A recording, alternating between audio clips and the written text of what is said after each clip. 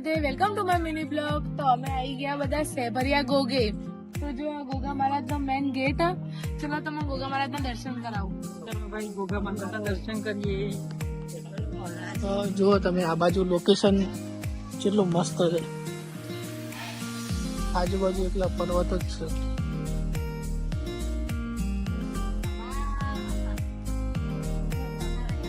ચલો આગળ જઈને મંદિર બતાવો તમને। તો દોસ્તો તમે જુઓ છો આ સેભરિયા ગોગ મહારાજ નું મંદિર છે। અમે દર્શન કરવા જઈએ તો અમે બી દર્શન કરીએ અને તમે બી દર્શન કરો।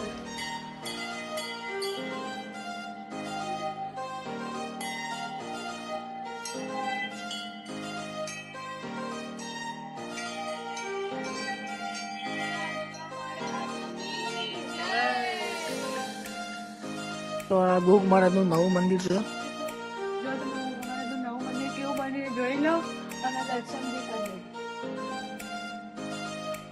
ચાલો દર્શન।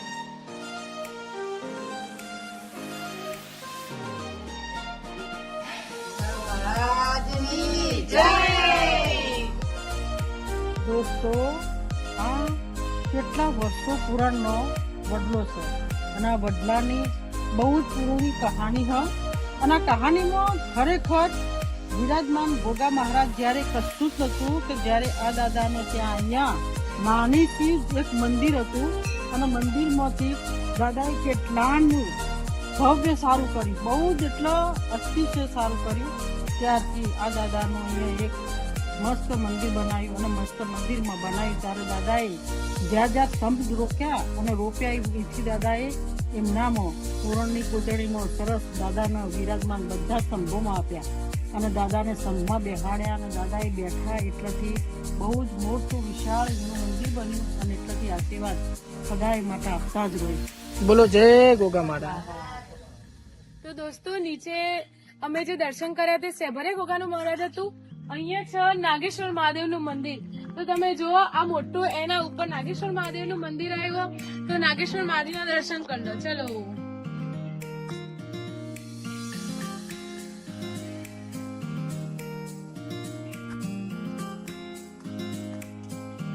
બોલો નાગેશ્વર મહારાજની જય।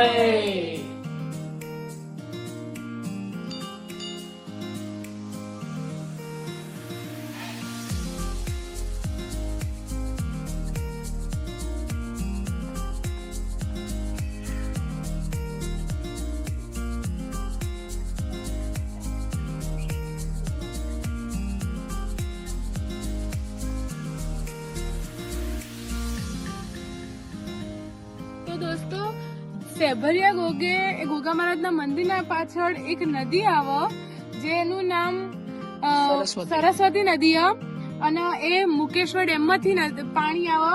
પણ આ પાણી અહીંથી જઈને સિદ્ધપુર પહોંચે પણ સિદ્ધપુર જઈને ત્યાં સમય જાય, ત્યાંથી આગળ વસ્તી નહીં।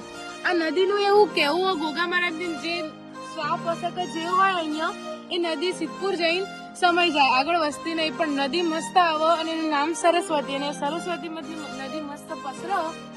જોવો તમે નદી મસ્ત પહાડોના વચ્ચે નદી સમાયેલી છે અને નદીનો નજારો જોવા લાયક અને તેની વચ્ચે એક મંદિર બી છે, તેના દર્શન કરી લઈએ।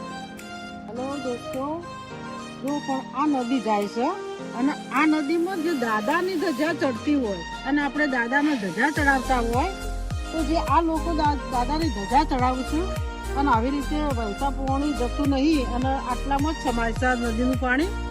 તો આવી રીતે ધજાનો અપમાન ના કરાય અને અપમાન કરવું હોય તો તમે ધજા ના ચડાવશો અને ધજા ચડાવી હોય તો શેપ રાખો, શેપથી તમારી ધજાનું ભગવાનના મંદિરને એ સ્થાનમાં રહે।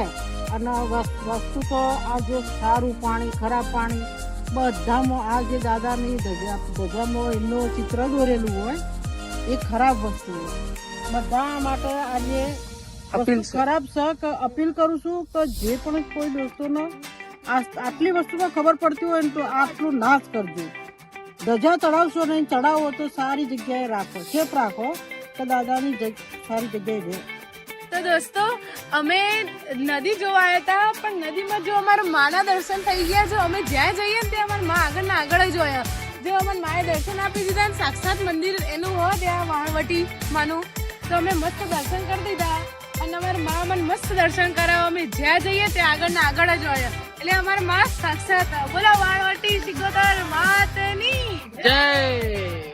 તો અમે સેબરિયા ગોગા મહારાજના એક બીજા મંદિરે આવ્યા જેનું મેન સ્થાન અહીંયા ગોગા મહારાજનો રાફડો. તો ચલો તમને બતાવો ને આપણે દર્શન કરીએ.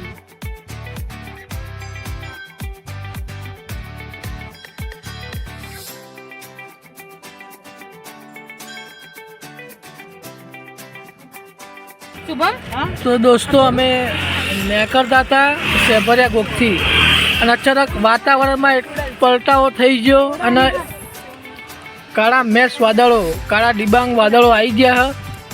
એક બાજુ જોરદારથી પવન ચાલુ થઈ ગયો. તમે જો ચેવો પવન વાય જો ખાલી, અને ગાજવીજ સાથે વરસાદ ચાલુ થઈ ગયો. એટલે અમે ફેમિલી સાથે આવીએ તો અમે જેમ બને એમ જલ્દી નીકળી જઈએ. આવા ગરમ ગરમ ભજીયા હોય આવા વાતાવરણમાં તો ચી મજા આવે. હવે આગળ જઈએ, ભજીયાની લારી વધીએ અને ભજીયાની લારી મળે એટલે ખાવા બેસી જઈએ. ચલો આગળ જઈને ભજીયા બતાવું તમને. તો અમે સેબરિયા ગોગેથી તો નીકળી ગયા, પણ તમે જોઈ લો ખાલી બહારનો વરસાદ પડ્યો મોટા ને ફોરે, અને અમે જ્યાં હતા એટલે ભર તડકો હતો. અમને એવું લાગ્યું હતું કેટલી ગરમી, અને અમે રિટર્ન થયા ને એટલે ઠંડુ હેમ જેવું વાતાવરણ કરી દીધું. ધૂમ મુસળધાર વરસાદ ચાલુ થઈ ગયો. હવે જોઈએ આગળ જઈને શું કરવું. તો દોસ્તો અમે બધા ઘરે આવી ગયા છીએ, પણ અમે બધા બહુ જ થાક્યા હતા ફરી ફરી, અને વરસાદ એટલો જોરદાર પડે તો ને રસ્તામાં અમે એટલા હેરાન થયા હતા ને એટલે અમે આવા બધા ઊંઘીએ છીએ. તો મળીએ આવતા બ્લોગમાં. લાઈક કરો, શેર કરો, સબસ્ક્રાઈબ કરો. રાધે રાધે.